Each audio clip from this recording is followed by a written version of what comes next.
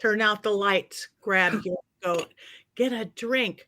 Where's your wand? Because it is time for the Witches Movie Coven. I just knew it. I'm sorry. I just got excited by that. I am Negri. I am one of your hosts of the Witches Movie Coven. Thank you guys for coming. Tell your friends, bring them along. You might know me from my regular Witching Hour podcast, or from Ghost Adventures, or from any other reality TV show who needs to talk to ghosts. I am there.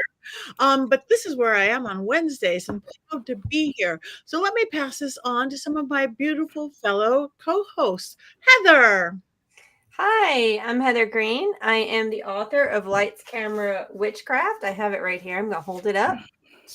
The definitive guide to witchcraft and witches in American movies and television, right there. I'm also a journalist and an editor at Llewellyn Worldwide, working with wonderful occult authors on all kinds of subjects. And today is my birthday, and I'm so happy to be here with you guys celebrating my birthday with my favorite coven.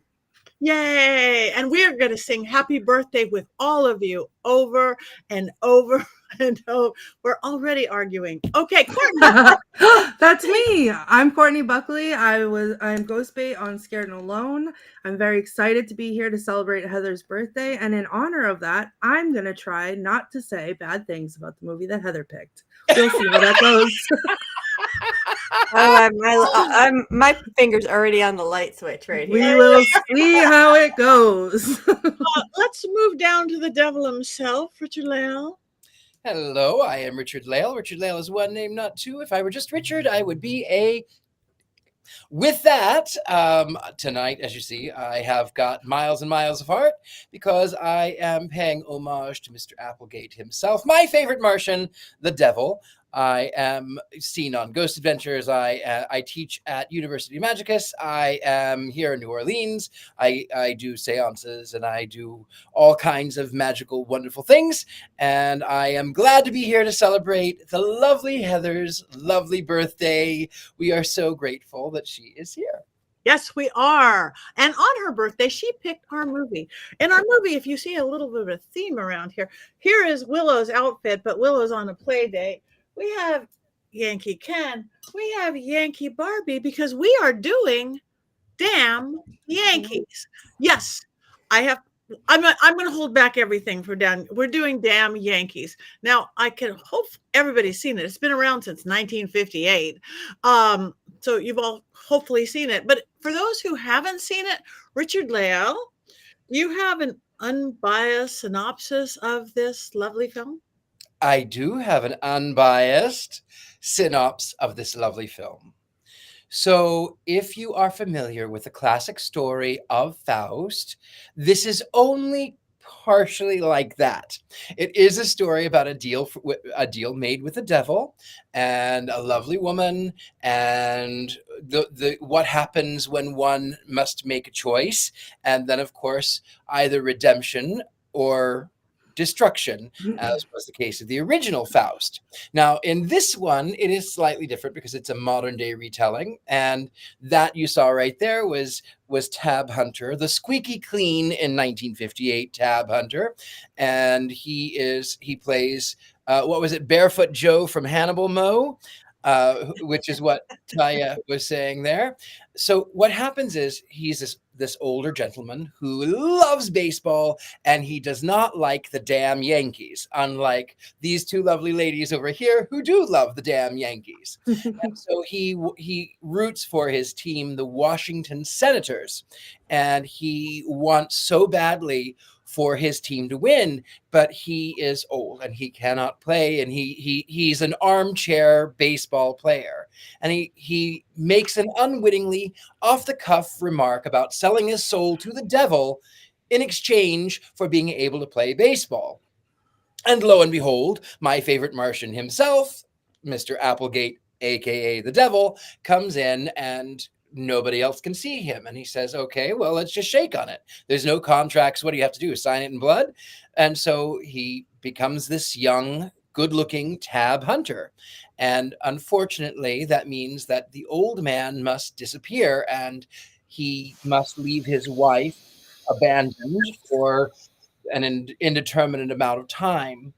And so this young baseball player from Hannibal Moe ends up by playing for the Washington Senators, and they win everything. But the devil has decided that in order to break up the happy home, where of course Joe is in love with his wife, he's so in love with his wife, and he wants to go back that he actually becomes a boarder in her house, and he wants so badly to be with her, but the devil says, okay, I've got to break this up. I don't want him being pulled back in.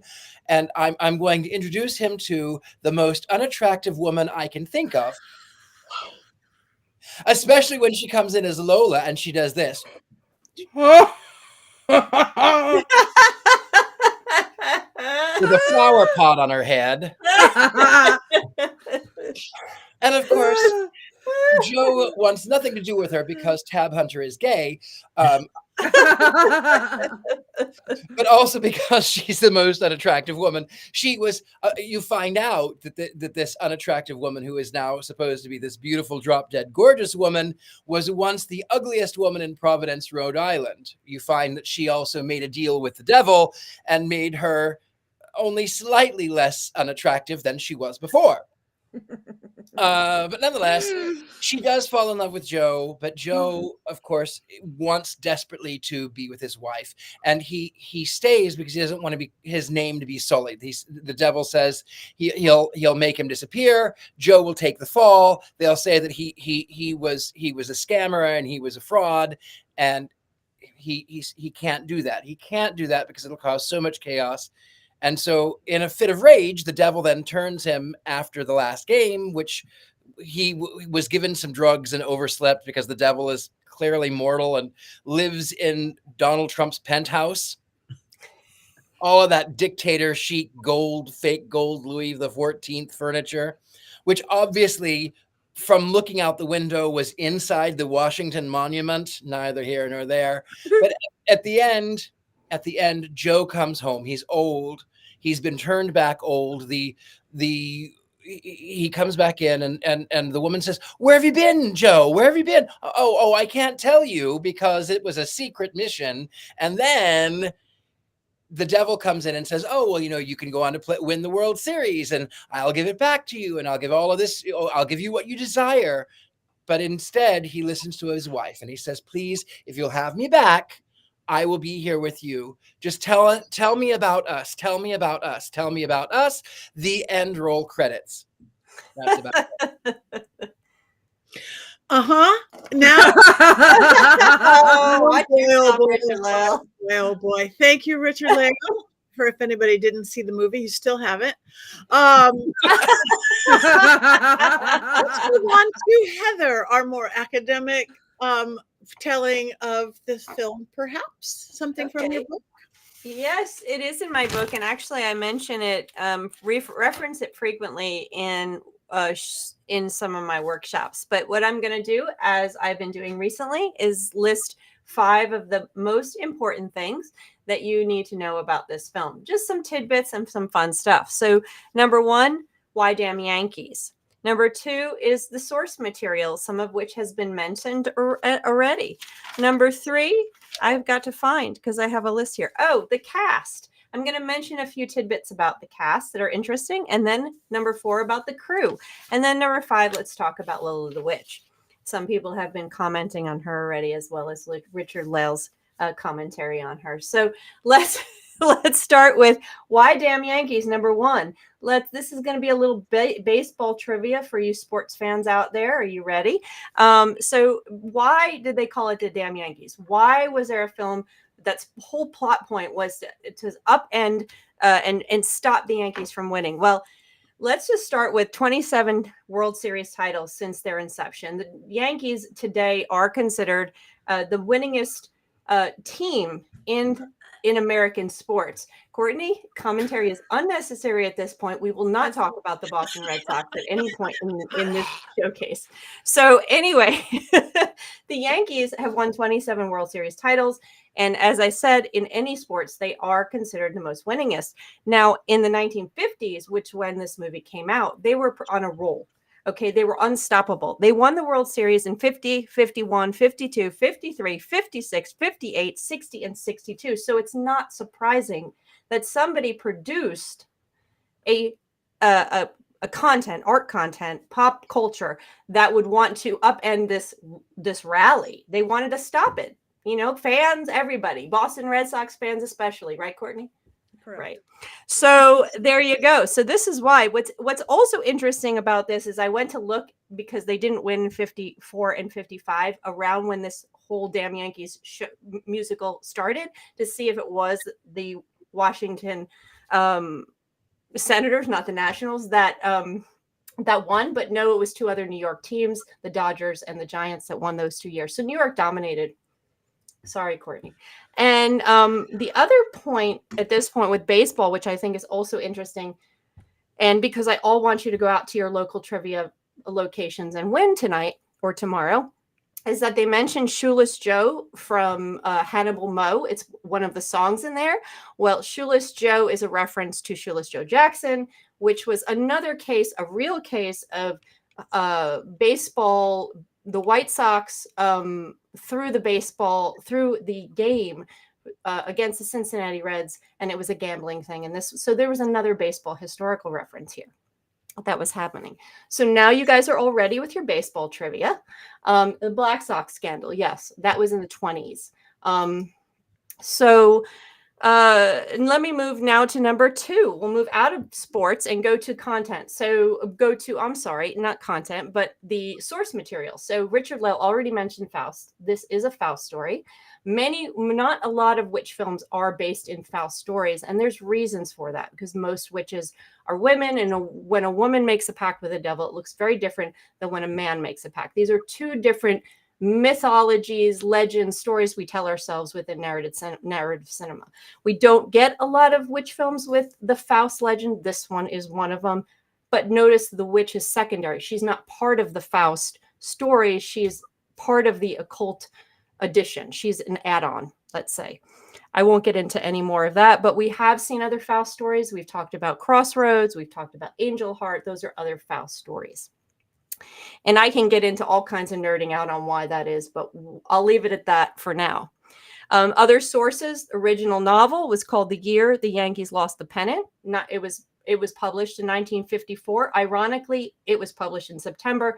The Yankees actually lost 1954 World Series that October, which is kind of funny. I'm nerdy like that. I love these facts. It was not a very popular, but then it turned around into the next source, number 3, the play, which was released on Broadway in 1955. Another year the Yankees did not win the pennant that year. And it won 7 Tony Awards, including Best Actor, Best, I think it was the choreography, just a whole number of things. 7 Tony Awards plus other nominations. It went on to London. It went on to be revived in the 90s. There was another movie in the 60s. This was a very popular musical on Broadway. It was a very popular movie when it came out in 1958. So that's the source material for that. Now, number 3, the cast. We have to talk about, first of all, did anyone see Jean? Why my brain is stopping. Jane, come on. Hold on. I have Edith Bunker. Edith Bunker, thank you. But for some reason I'm losing her real name. Edith Bunker. Yes. Did anyone notice Edith Bunker? She's one of the best parts of this movie. She's fantastic, and she was in there. We also had some real Yankees showing up. I'm losing my mind with all these names are swimming in my head. We had Mickey Mantle was number 7 who hit the ball that went out and he caught at the end. So we had those guys. Yogi Berra shows up. You had a number. Gene Stapleton. I'm sorry. There you go. Finally came to me. Gene Stapleton actually was in the Broadway cast of this show. And what's interesting is most of the people in this film were in the Broadway cast, the original one that won the Tonys, except Tab Hunter. Tab Hunter was not. And what's interesting about that is that the producers actually acquired this property from Broadway to produce as a film, specifically to be a vehicle for Tab Hunter. Tab Hunter was a hot commodity at the time. He was a teen heartthrob. Everybody wanted him. This was meant for Tab Hunter, this movie. Okay. So, and the interesting thing about Tab Hunter, there he is. He was perfect. Everybody loved him. Of course, it didn't come out until shortly before he passed. He actually admitted and talked about his sexuality, which he hid all those years.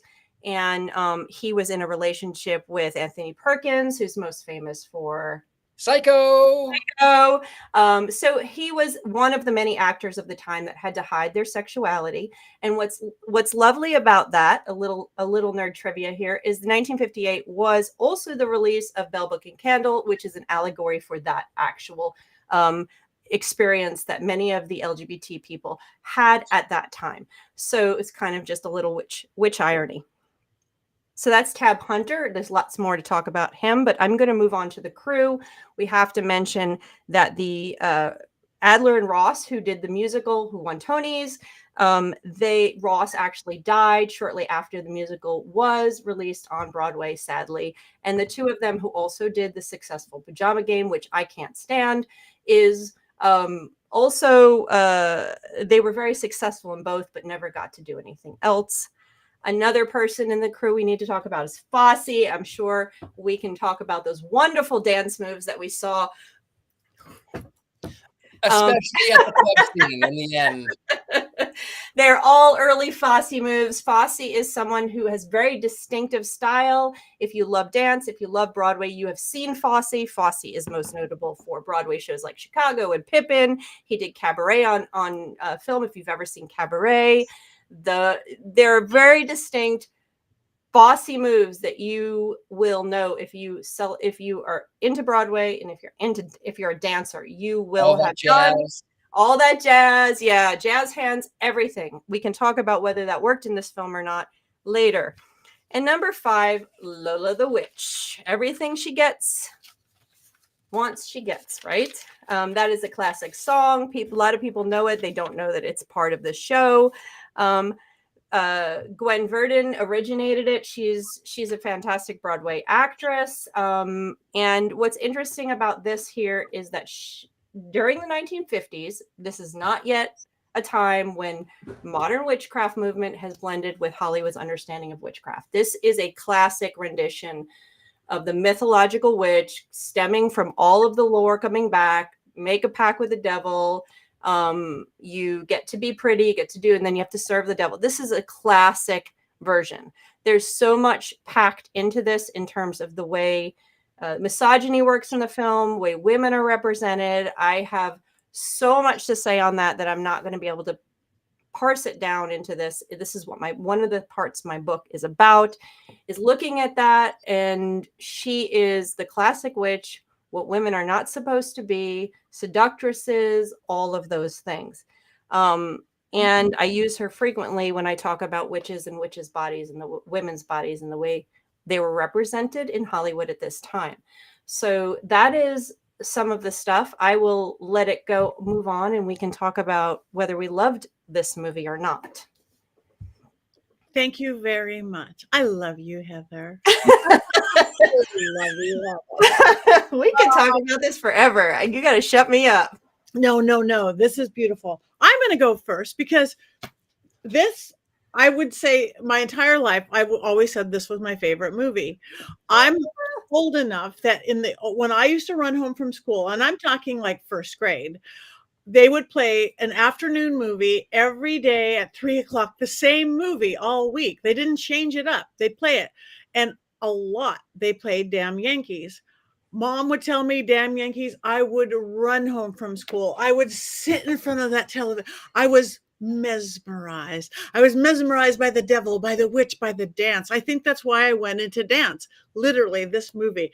Baseball. The moving of those baseball players, their cute little choreography was so cute, and their little baseball shoes.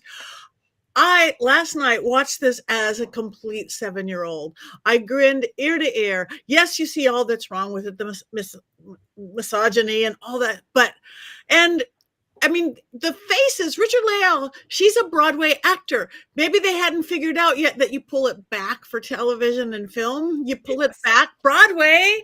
I mean, I haven't seen such overreacting since the silent era. Well, anyways, we're going. I know it was a little much, but oh my God, it's Gwen Verdon. Oh my God, that girl, she can move, the dancing, and again, I think back 58 was a long time ago. This was kind of racy, I think, for that day and age, and I could not watch it as an adult woman. I watched the entire thing from beginning to end as this joyous, glorious 7, 8, 9, 10, 11-year-old year after year. And I hadn't seen it in a long time. So it's a perfect movie. That's it. Let me just jump in. It was censored from the Broadway dancing was censored for the Hollywood film because of it was too racy. It's even racy then. I was surprised. And it actually, when they released the movie in London, they changed it, or in the UK, they changed the name from Damn Yankees to What Lola Wants because of the word damn. So wild. Okay, so who wants to talk, Courtney? Me, obviously. Yeah. Let me preface, I have a couple stipulations before I talk. One, Heather, I love you so much. 2, I don't care about baseball, but it feels like as a Bostonian, I cannot not boo the Yankees because it just feels sacrilegious, or like I might get in trouble if I leave my house. So, but I couldn't care less about baseball at all. So in honor of this being let me see. In honor of this being for Heather's birthday, I decided not to write down criticisms and instead wrote down questions that I had while watching this movie.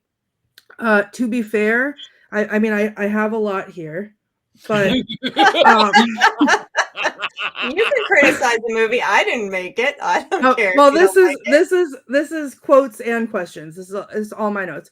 To be fair, though, I'm not going to say fall asleep in self-defense, but I did disassociate real hard towards the last 30 minutes of the movie. So I am grateful for Richard-Lael's synopsis, unbiased synopsis, because I feel like I finished it.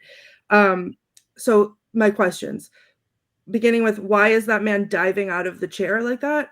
Because in the beginning, when he's yelling at the television, he goes from sitting to laying down in the chair very dramatically. So I was like, oh, is this, we're setting the stage for this? I am married to somebody who does that.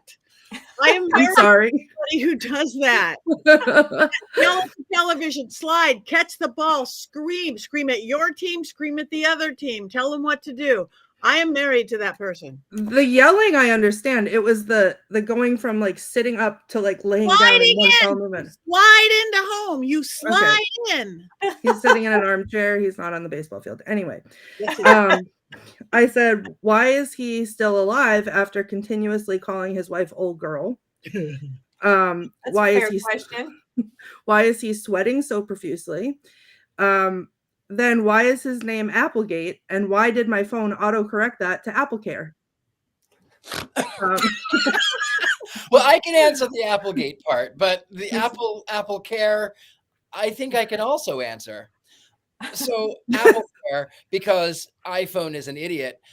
Secondly, also because the apple and the bite represent the same thing that the apple represented in the Garden of Eden. It's supposed to represent a bite out of knowledge. And so Applegate, meaning the gateway to knowledge. It was the apple that was supposed to be the downfall of Adam and Eve. And so therefore it was the gateway to knowledge.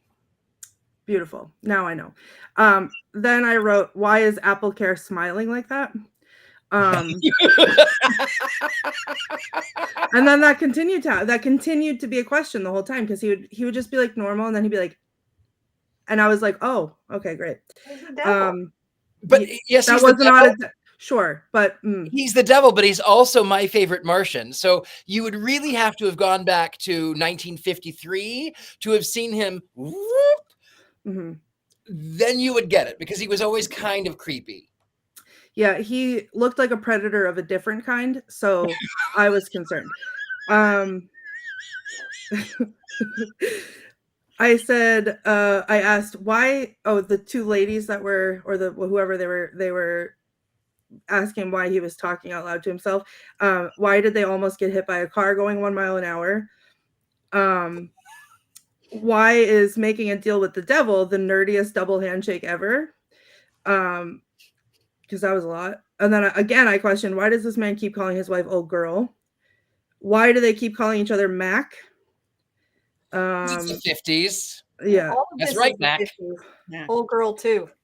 then I dropped the questions because then I just wrote down the Book of Fond Memories and the Good Old Days song, because that was a lot, but also that's my favorite part because that was a lot.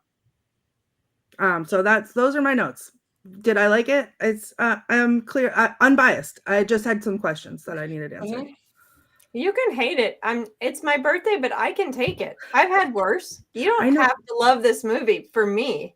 I want you to be your authentic self. That makes me the happiest on my birthday. My authentic self loves and respects you so much that if I were to share my actual thoughts about this, I would have to apologize for every day for the rest of my life. So now I'm even more curious. Just let it go, Courtney. Tell us you hated the movie. If I ever have to watch something from the 50s ever again, I swear I will curse everyone who makes me watch it, because what was this? None of the songs were good. You want to talk about dancing? Where was the dancing? It was so uncomfortable to look at. Everything was terrible. I literally sat there and disassociated, and then I was like, I can't do this. I have to shower. I have to shower my sins away after having to watch this ridiculous movie. There you go.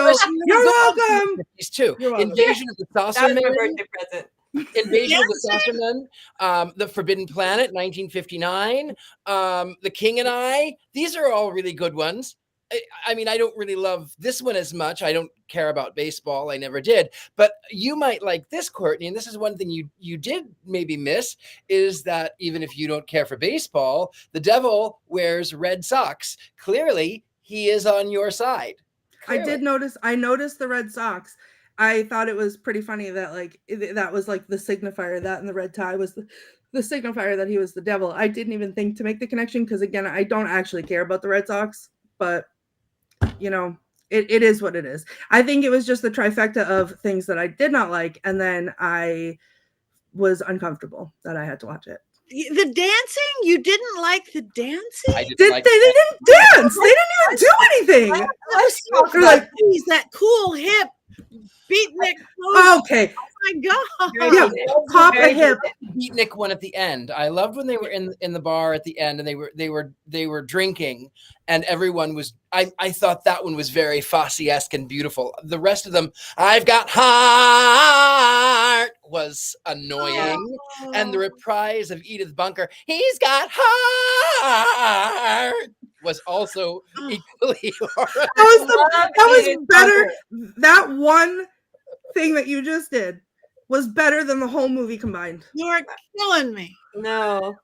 And I love musicals. I love musicals. I wanted to love it because it was a musical. And I felt like my ears were bleeding and I didn't understand. Then he sang the song, a whole song about his wife being an old girl. I was like, how are you still alive? I would have strangled that man. And then the separate beds, I was like, okay, yeah, that makes sense. That would have been right too. Everything had to be separate beds. I know. So I'm going to give my opinion here because I am a big musical fan, old musicals, new musicals, and all this stuff. Now, these two guys who did this musical also did the Pajama Games, which I mentioned earlier that I did not like. My least favorite part of this movie was the music. And while Lola, the song Lola can be fantastic and some of the other songs are recognizable, the music isn't what I love. I don't love their musicals I love more than this one, but there's something about this movie that I can't not like. Like I have to like it. There's something. Now the Pajama Game I never want to watch again, but these two guys, they were successful, but their musicals, the music didn't catch me. And I love 50s musicals. I will watch Oklahoma. I'll watch King and I'll watch Roger and Hammerstein, Roger and Hart, name it. I'll even watch The Music Man. And a lot of people don't like The Music Man. I love old musicals. And I love golden era movies, and they are very misogynistic. There's a lot of movies that have things like Old Girl. That is so common, is horrifying. There's so much misogyny in this old stuff that you have to sort of go, okay, I'm going to be watching this. What else can I see? I enjoy watching this movie partly because of Jean Stapleton, Edith Bunker, because she cracks me up every time she comes on the screen. I love watching it. I don't think Fausti's dance moves mesh with every part of this. Some of his moves just are a little bizarre, like that zombie thing that Gwen Verdon does when she's doing the Lola thing, where she's going back and forth, and I laugh every time. So some of that dancing did not work for me, but some of it did. So I just, there's something about this movie that just I enjoy. Not my favorite musical. So that's where I'm at with this. I have to admit again, as a danseur in the ballet and someone who studied dance, what really struck me the most was the club scene when they're drinking. I loved that. I did, however, think I liked some of the moves when Lola is doing her tribute to Joe, but I don't know why they're doing that mambo number, which is weird. Like, what is that? Funny if you're 7. Sometimes the moves are weird and sometimes they fit here, don't they? It's like, it's kind of weird. It's maybe early Fausti and maybe Fausti doesn't really blend well with this. Fausti's style blended great with Stephen Schwartz's Pippin and all that jazz, and Chicago really like sparkled there, but maybe it didn't completely blend here. I don't know, but Fausti's amazing. I love Fausti. So Fausti's great. I mean, he was a real jerk in real life, but he was great. And you know what? It's not a documentary. It is not a biography about him, but I love all that jazz. I have to kind of sometimes skip through to the music, but I love all that jazz. And it is so very accurately depicting his own life that he was dealing with in Chicago and his divorce and his own daughter, even though it was supposed to be really fiction. Oh. All right. Are you okay, Patti? No, I'm fine. My 7-year-old is hurting. My 8-year-old is hurting. My 9-year-old is crying. My 10-year-old is gonna go hide in her room. No, I would have watched it over and over when I was younger too, just because it was a musical. I mean, I'll watch any musical except the Pajama I King. was raised on musical. My mom was a musical theater actor. I know I could sing every musical. Too bad I can't sing like you can, but I can sing every musical. And I don't know, that one, it must have hit me at that age that I don't care if the little kids were singing the thing and the cryers, the grown up, it was perfect. And I watched it as that child yesterday, and it was perfect. Richard-Lael, have you given all your comments yet? Well, maybe not. I mean, you know, I will tell you this. Okay, so is it my favorite? No, it's not my favorite. I feel like that it was under dramatized. I really would have liked it to have, I would like there to have been a little bit more conflict. I would have really loved for there to have been actual consequences. In the original Faust story by Goethe, in the story, Dr. Faustus he has been turned young, and he goes about, he's attracted to this young woman, and he seduces her and then manipulates her, and then he ends up by leaving her when she's pregnant, and then the child dies and she ends up in an asylum. And in the end, she her own self is fighting between falling into evil and accepting righteousness. And as it closes out, she hears the angels singing who are coming to carry her home because she has rejected the devil. Now, where, you know, I'm a diabolist. I don't believe in the literal devil per se, but I like that sort of moral dichotomy that says, be careful not to go too far. Be careful what you ask for. In this one, there were no repercussions. He not only called his wife old girl, but he abandoned her for months on end while he was masquerading as Hannibal Joe. Shoeless Joe from Hannibal Moe. He was masquerading, and he only thought of her a couple of times, like, oh, I'll go and stay in her house so I can keep an eye on her, but I'll be gone every couple of weeks anyway.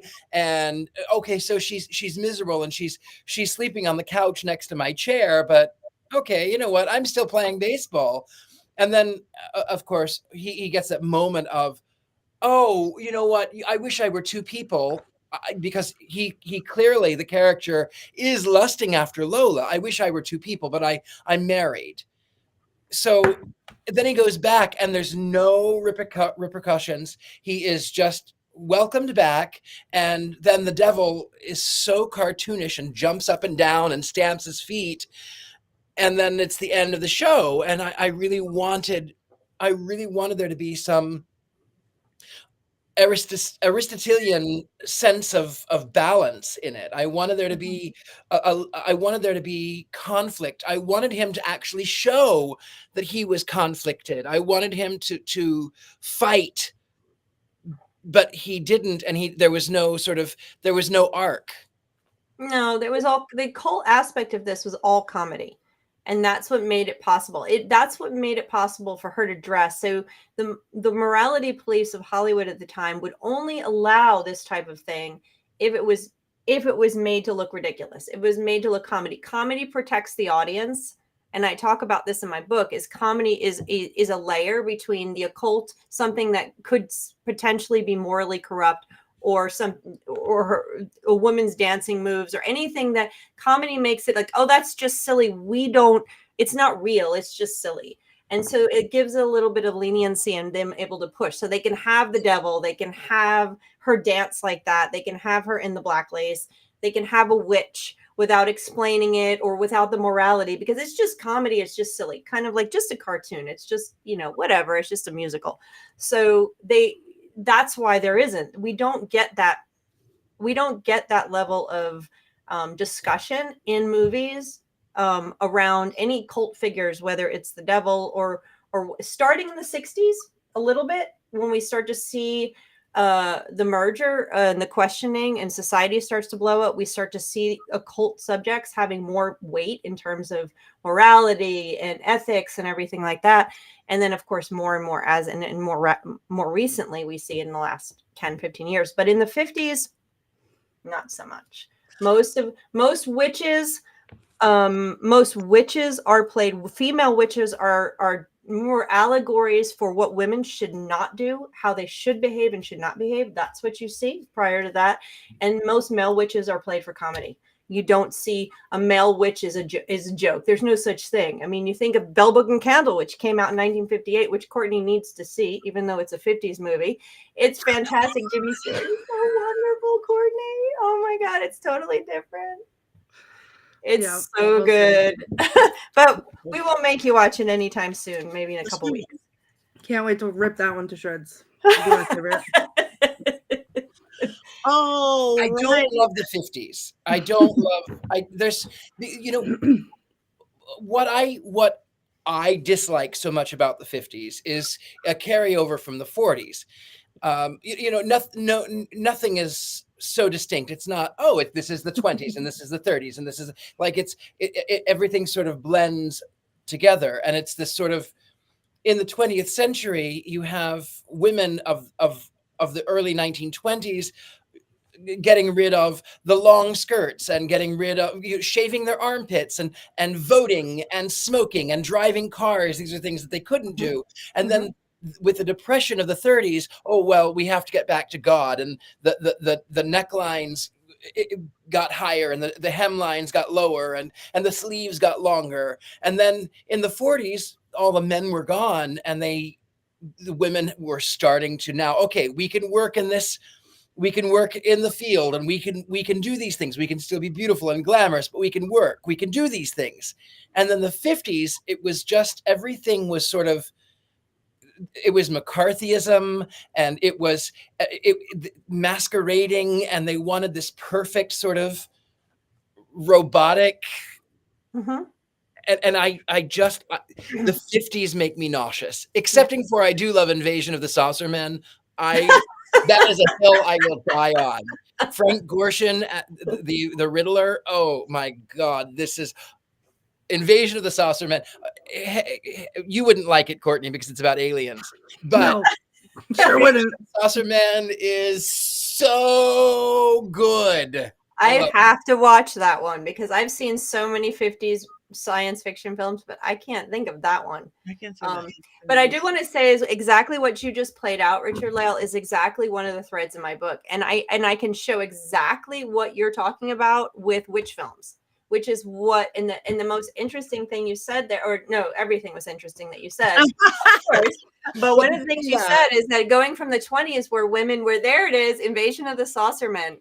Oh, that's fabulous. I'm going to have nightmares for the rest of my life, Rob. Take that down. Now Rob's getting hexed. But it's so good. It's so good. Courtney, you would not be scared of it. But anyway, go ahead, Heather. I'm scared of ET, okay? You underestimate this. All right. I'm missing Jason. We love you, Jason, wherever you are. Do we have quotes on this beautiful film? Oh, do we? Yeah. Okay. Hold on. I'm looking forward to this. Let me We know a girl is going to be in there. Yeah. Okay. Oh, Joe, you're going to get yourself a heart attack if you keep this up, or ulcers. Great. Good night, old girl. I thought I was going to die. I'm handy with fire. Okay. Yeah, me too. I'm quite a famous character, Mr. Boyd. I have historical significance too. And then when the ladies were talking about going to ladies' day at the game, I had the poorest hot dog I ever had. The devil says, an amusing little stunt. It was all the rage in the Middle Ages. Wives, they caused me more trouble than the Methodist Church. That's so true. That's true. That's true. My God. Oh, this is the part I almost lost my mind. I screamed out loud. There was witnesses. I just saw that comment, the horror at Party Beach. I would love to know what that is. He's doing the crossword puzzle, the baseball guy, and he's like, what's a 3-letter word for a sticky substance? And the guy is chewing gum and he's like, and then the other guy says, spit. Like, please. Okay. That was the worst joke I've ever heard in my whole life. It wasn't a joke. It was a dumb baseball player. I'm 7. What is a sticky substance that is 3 letters? He's a dumb baseball player. No. Spit. It's the okay, I'm not gonna. Never mind. I have a dirty mind like Richard-Lael. So thank you. That's you can't trust any newspaper woman. That when he kicks his foot and he's like, oh, my hoof. They're talking about her husband's loves baseball. Oh, a big fanatic. Every night in front of the television set, you see that big old slob sitting there. And then he asks Lola, have a nice trip? And she said, perfect. The plane crashed in Cleveland. And she says, when they lose, there will be suicides and heart attacks and apoplexy, just like the good old days. And then he says, there isn't a home wrecker on my staff better than you, Lola. And that was it. That was it. Those are my quotes. No, don't clap because it was painful. Thank you.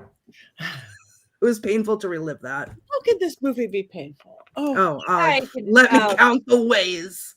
We can watch Pajama Game and then we can really all experience musical pain. That one's terrible. Can we put a witch in it? Is there a witch in it? No, there's no witches in it, and it's just painful. I don't think I've seen it, actually. Weirdly. Well, you go ahead and report back. Watch it and report back. You might love it. If you love their music, you might love it. It's the same guys that did it. And it was successful, hugely successful. I think Doris Day's in it. Okay. I will have to watch it. Yeah. I've got a thing about musicals like you, though. And again, I still cannot watch this as a grown-up woman. I just won't ever, never. Ooh, Rock Hudson. Okay. Anyway, Jason didn't send us anything, did he? We don't have. He did, I think. He did? Oh, yeah. I think we have a video version. We do A have video video version of it. All right, virtually from outer space. Can we? No, not outer Invasion of the space. Saucer Men. Not outer space. Saucerman. No, At the show tonight, and it pains me to be away from everybody, especially my beloved Coven, and on Heather's birthday, no less. But being away has me thinking about the other regulars on this show. So I thought I'd say a few words about all of them and get all mushy and stuff. Patti, of course, is our leader and high priestess. None of this show exists without her. And if you are in awe of Patti because she's famous, just know that she's even cooler and nicer off camera. Courtney Buckley is our heart. I like to call her Your Highness myself and then make a Killing Tree joke. Richard-Lael is our wit and our snark. He's the funniest person on this show, bar none, and also the best dresser.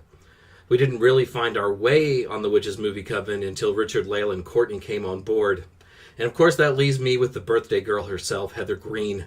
Heather is our lodestone. She's the expert who takes the rest of us to the promised land of witch movies week in and week out.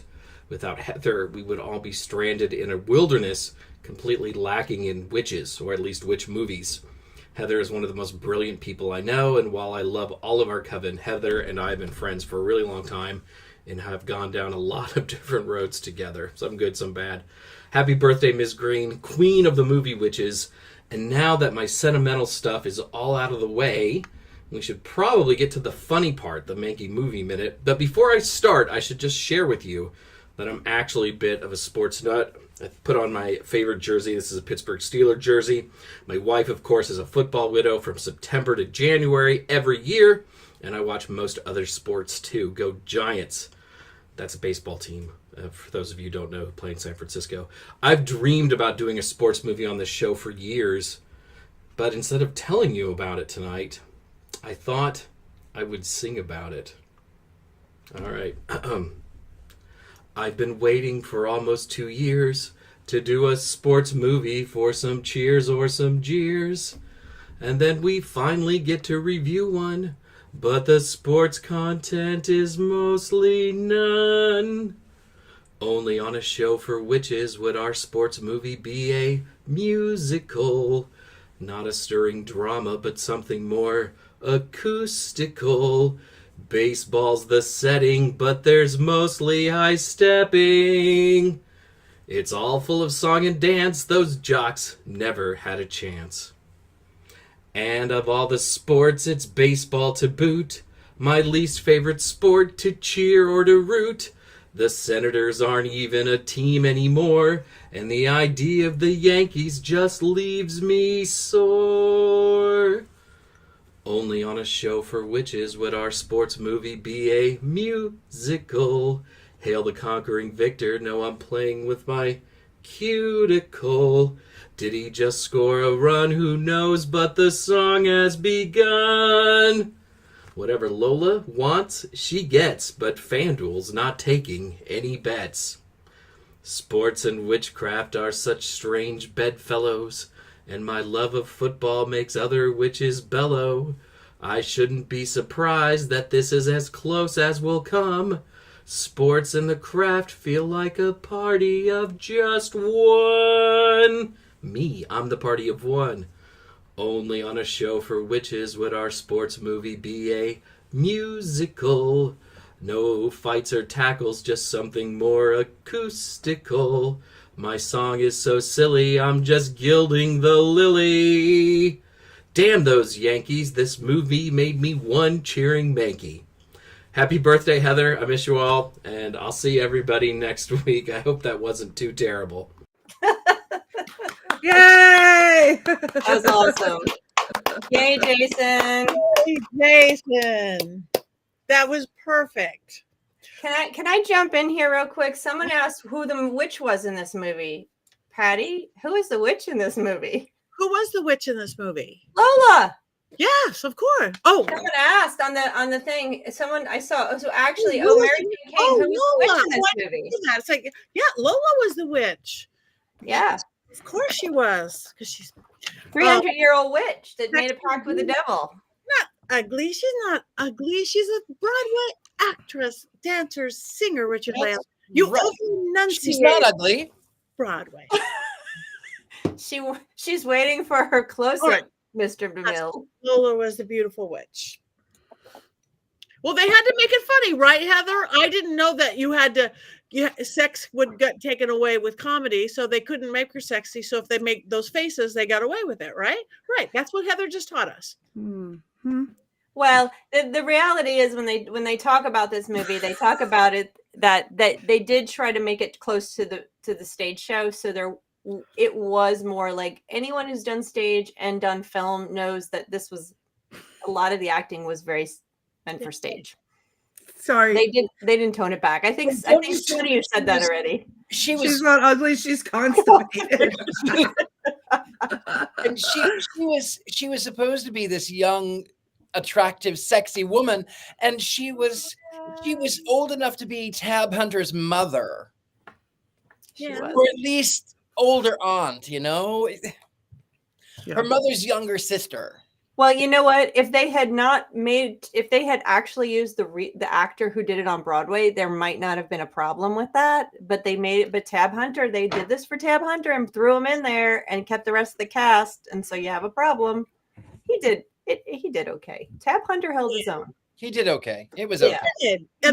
He had a successful #1 musical hit after a top 40 that knocked Elvis off the charts or something like that. He was super popular at the time. All right. Well, we have one thing to do, and that is to vote. Wands out, everybody. All right. I'm watching all of you. Damn Yankees. Wands up, wands down. Up, up, down, neutral. Up. Okay, everybody, you guys have to break this non-tie tie because it's up. Okay, fine. Wands up. Yes. Come on. Wands up. Wait a minute, Richard-Lael. You did not hate this movie. I didn't mind it. It's a brilliant movie. Wands up. Neutral. Those damn Yankees. Those damn Yankees. That's All right. right. All right. So what are we doing next week? Do we Oh, up? my goodness. Best movie ever. Up for Heather, it's her birthday. Up for Heather for her birthday. Yay! For me for my birthday. I'm waiting for that. I didn't have it out, so give me 1 second while I look up our movie for next week so we can announce that. I have my sunglasses ready in case I'm concerned. Oh, yes, this is a good one. Everyone get ready. Something very different. Are you ready? Eve's Bayou. All right, I'll give that a chance. I don't think I'm going to be here. Eve's Bayou is very, very different than what we watched tonight. It's brilliant. Oh, I didn't say that. You don't know how I'm going to react. We have no idea. You're as unbiased as I am. Yes. Yep, exactly. Completely unbiased. It's like the news. You like the news. You don't know what the news You don't know. All right. I'm looking at my calendar right now. I think I'm going to be on a plane coming back from New York next week, but I'll watch it anyway. So you guys have to carry the fort yourself. All of you. We will do so. Yes, you will. And we will miss you. Yeah. Very much. All right. So does anybody have anything they're coming up that they want to talk about? Silence. Whatever Lola wants, We can see. Lola gets. Well, I'll talk about Mystic South because that's coming up. We've got almost a month left. And it's July 25th, 26th, 27th, I think. Friday, Saturday, and Sunday, 3 days. Visit us. We have wonderful workshops that's coming up. I will be there. There it is, 26th, 27th, 28th, a day off. I will be there. I'm doing 2 workshops. Of course, my Haunted Dolls and Puppets, and also What is a Witch? And you might see Lola appear in that workshop. What exactly is a witch? I use her all the time in my workshops on witches and movies. And then I have Charles Oz. That's not till September, but ticket sales for some of the events, like hearing Gregory Maguire speak, go on sale on June 10th. So if you're going to go be in Charlotte in the end of September, please come to Charles Oz, all thing Wizard of Oz. Yay! And I will be speaking there on Wizard of Oz movies. Beautiful. Thank you. Courtney. That's me. I don't have anything coming up yet, but keep your eyes peeled. Maybe we'll have some Scared and Alone soon. I'm holding out. I'm holding out for that. Keep my nights clear.